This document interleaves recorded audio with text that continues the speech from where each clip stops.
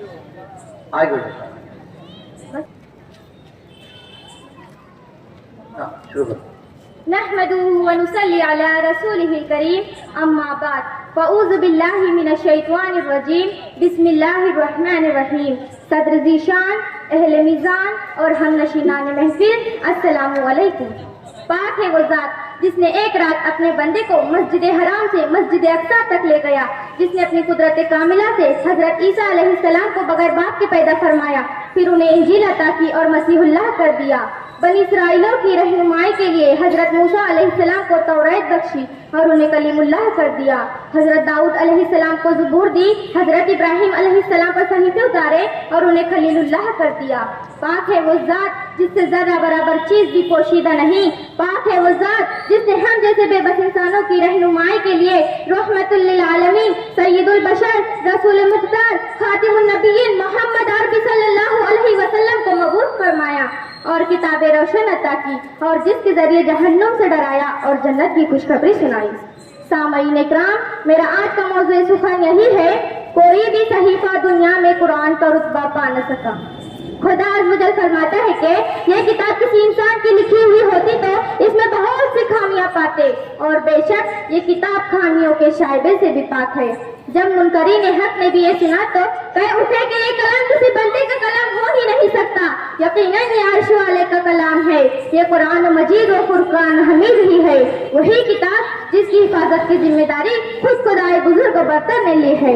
قرآن مجید ایک پرنور کتاب ہے جو شب ظلمت میں بھٹکنے والوں کو اجالوں کی پرنور شاہراہ پر لا کھڑا کرتی ہے، مگر ان لوگوں کے لیے جو رائے حق کے متلاشی ہے. اس روشن چراغ میں کھلی نشانیاں ہیں، اقرار کرنے والوں کے لیے، ڈرنے والوں کے لیے نصیحت ہے تاکہ اعتدال کی راہ اپنائے اور متقی بن جائے. بے شک دنیا میں بہت سارے انبیاء اکرام آئے جنہوں نے خالق کائنات وحدہ لا شریک کی دعوت دی، اور آخر میں احمد مجتبی محمد مصطفیٰ صلی اللہ علیہ وسلم آئے. ان کے بعد کوئی نبی کوئی رسول نہیں ہو سکتا. اور قرآن کریم قیامت تک ایک الہامی کتاب ہے.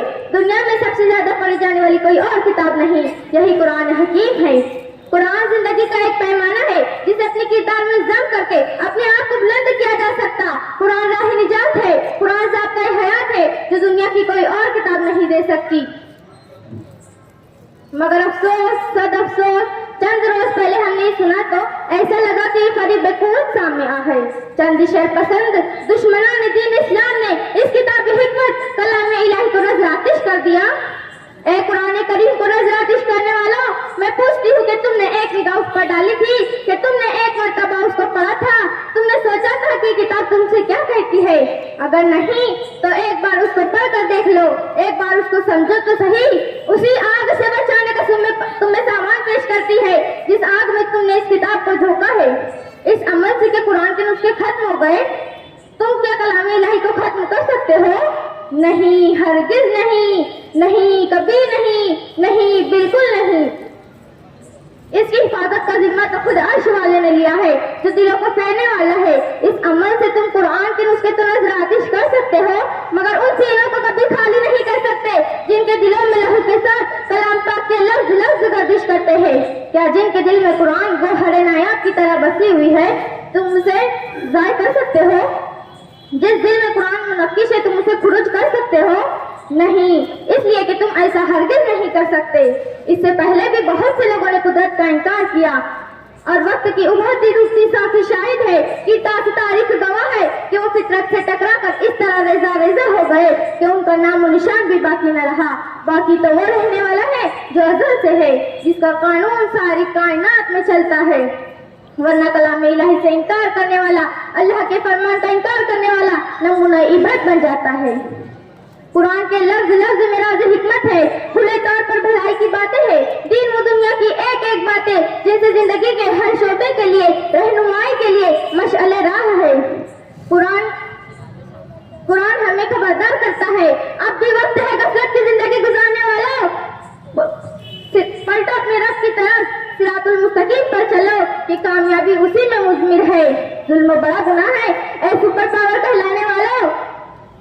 خدائی احکامات کی پامالی نہ کرو ورنہ جو ہم دھماکہ دیکھتے ہیں کچھ نہیں، اس روز اس زور کا دھماکہ ہوگا کہ ہر ذی حس کی روح قبض عنصری سے پرواز کر جائیں گی، اور اس وقت سارے اقوام کو متحد کیا جائے گا، ان کو بھی جو مظلوم ہوں گے اور انہیں بھی جنہوں نے ظلم کیا ہوگا اور منصب بھی اس کو حاصل ہوگی، جو جبار بھی ہے، قہار بھی، رحمان بھی اور رحیم بھی۔